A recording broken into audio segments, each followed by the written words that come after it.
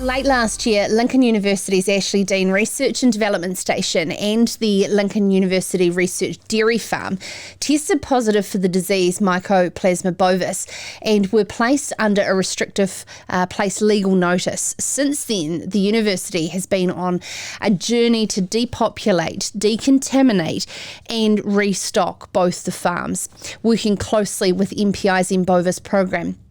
Whilst it's been distressing and a tough situation for many of the staff involved, they have managed to work through the process, given the unique research nature of these farms as well, taking the care along the way to minimise any potential impact on current and future research, as well as, of course, rebuilding. Joined now by Lincoln University's Acting Vice-Chancellor, Professor Grant Edwards, and Farm Manager Jeoff Curtis, who are here today with us in studio. Gentlemen, thank you for coming on the show in what has been a distressing and turbulent time for both of you. And it's great to be able to have you both here to talk about your journey and what it's been like, but also give reassurance to the wider community around the research programs, the status of them and where they can go going forward. But Jeoff, I'd like to start with you around the journey of discovery and that hope that it might not be true, and then ultimately making that roller coaster of a decision that you've been through. Can you talk us through the moment that you discovered potentially it was in your herd? Yeah, well, thanks for having us along for a start. But it doesn't seem that long ago, but it's been a while now since it all sort of started back in September with a bulk milk test that came back suggesting that there was something going on within the herd. We, being in a research environment, sort of felt there was a possibility of false positive tests and things like that. So weren't overly concerned to start off with in the first place. But obviously with a notice, going under notice and going under a blood testing regime to actually check out that there was or wasn't something there. Even when the first test came back indicating something was going on, we still had that hope, I suppose, in all of our back of our minds anyhow on the farms that, this is just something we've got to go through. But unfortunately, when the next one come through, that sort of hit the nail on the head a bit. Coming to terms with it has been really difficult. I think all of us on the farms, and myself especially, with the fact that I've built up these herds over the last number of years being with Lincoln University, it was difficult to actually come to terms with the fact there was something going on when there was nothing visible and apparent to us as under normal farming operations, that something was actually, there was an effect in the background. So yeah, there was a bit of soul searching, I suppose, going on with myself, with staff, and actually relaying this through to the staff and helping them try and understand that we're in a situation, none of them had done anything wrong, no one had done anything wrong, but this is where we were and this is where we had to progress through, and this is the next stage that we need to develop and go down the track that MPI has basically put us under. So yeah. Yeah, and Grant, from Lincoln University's perspective, protocols of biosecurity on the research dairy farms, I know, is highly stringent, and so therefore dealing with the how must have been quite hard as well. Yeah, dealing with the how and questions of where it came from were some of the immediate thoughts that you come to.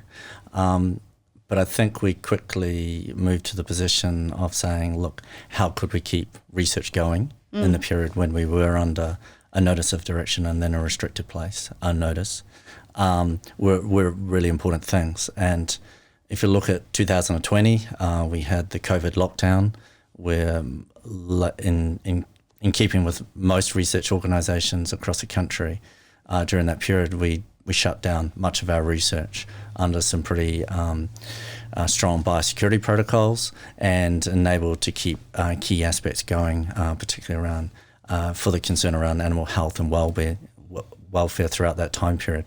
So we put into place some of the principles that we had been using during the COVID lockdown period and put them immediately in place of how we would get a continuation of research on the Ashley Dean Research and Development Station and the Research Dairy Farm. Jeff, I do probably have to ask that question of how did M. bovis end up within the farm? Do you have any idea around that yet? No. In the early part, there was some speculation, as much as anything else, that maybe it's come in pretty, or in the last 12 months to 24 months. And so a lot of that tracing went back through that period, obviously, to try and determine if there was a likelihood or a source coming from the areas that our animals have been involved with. That's pretty much been ruled out. And so we are still trying to ascertain at the end, even now, as to where it's come in, and we're starting to get further and further back in the history of both farms, where the stock have been and what other areas that they've been associated with, even right down to the fact of some of the animals we've purchased in the past over the last 4 to 5 years, sort of thing. So I really don't know. No, I thought it might have been a simple answer, and I really did. I thought they will come up with an answer. We'll know where it's come from, and we'll be going. But no, that answer has not come through yet. Okay, that's even probably a little bit more worrying. Thinking that of the Lincoln University demonstration farms being, of research farms being of high stringent health and regulations that you meet along the way. So, Grant, talk us through the research that is undergoing at Ashley Dean and what impact has it had so far and where to from now? So the Ashley Dean Research and Development Station had a mixture of, farm systems trials, and we had some trials on milking frequency that were taking place there, and also trials related to forages and soils and environmental impact. Throughout this time period, we were able to get continuation of those trials through to completion in the early part of this year, completing just prior to the depopulation period, and that was in line with the planned timing of those experiments. So that's there, and we're looking to repopulate that farm now with a future perspective around our useful research point of view. On the research dairy farm, similarly, we had trials there, including farm systems trial taking place. They were essentially finished at depopulation time. We're taking the opportunity now during the period when the farm is being cleaned and contaminated to prepare for the next tranche of research on there. Some exciting research around impact of plantain forage on environmental impact in particular, and we have it planned to basically essentially by the start of the lactation this year will be primed and ready to go from a research point of view again. So, Jeff, the trials don't seem to be genetically connected to the animals as such, more around forages, resourcing and repopulating the farm Is it straightforward, and how's it been? No, it's not straightforward. There's been a fair bit of work over the last number of years, especially at Ashley Dean, with building a genetic strain to a herd under a mun situation.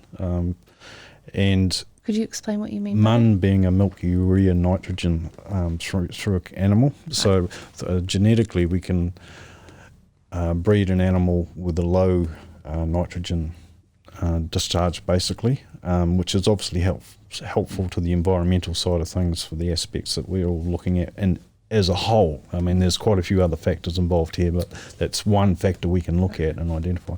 So the breeding we've been doing in the past to build those animals up within our herd to give us the capacity to actually utilise those animals in a research environment with other factors in our actual management system has been taken away from us. That's bottom line, because there's nothing else in New Zealand quite like what we had. We've been building this. It had taken nearly 4 to 5 years to actually get to the point where we were. So can you replace that cow with like for like? No, we can't.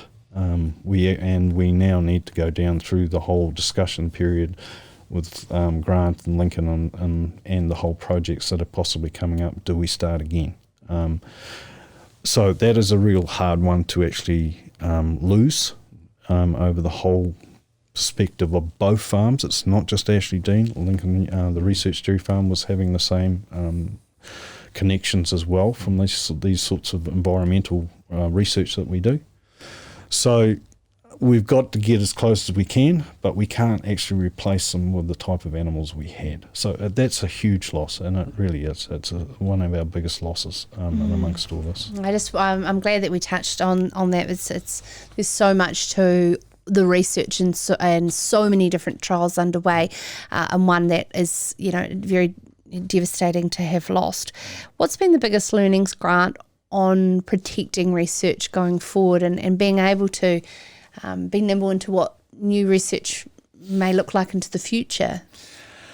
I think just those key learnings about being very prepared from a research point of view and being flexible, but being very careful about protection of biosecurity and biosecurity practices. They're equally important on any farm in New Zealand, but I think what Jeff has alluded to is the fact that when we've lost these cows, when they're depopulated, we actually lose the genotype of the cow, which is hard to replace. That's the genetic base.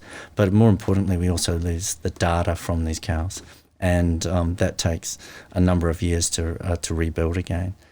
In terms of future perspective, it just does give us an opportunity at the university to think about where the future of, in this case, dairy farming research and dairy farming system research is directed towards, and enabling us to address those big questions that are still there, which are around climate change, environmental impact, creating high-value products, but it's still equally important things, and done in approaches with a strong influence of Mātauranga Māori as part of that. I'm really sorry on behalf of our audience listening and watching of the experience that you've both been through, and of course your team and your staff on the farms as well. To not know and have set answers is horrible. But, of course, with what we've experienced through COVID, we can take our learnings forward. It is a horrible sadness and stress on you both. So, I'm really sorry you've been through that, and look forward to following the rebuilding into the future. So thank you very much for taking the time, Jeoff Curtis, a farm manager from the Research Dairy Farms here in Lincoln, and Acting Vice-Chancellor Grant Edwards joining us here on Serious Country.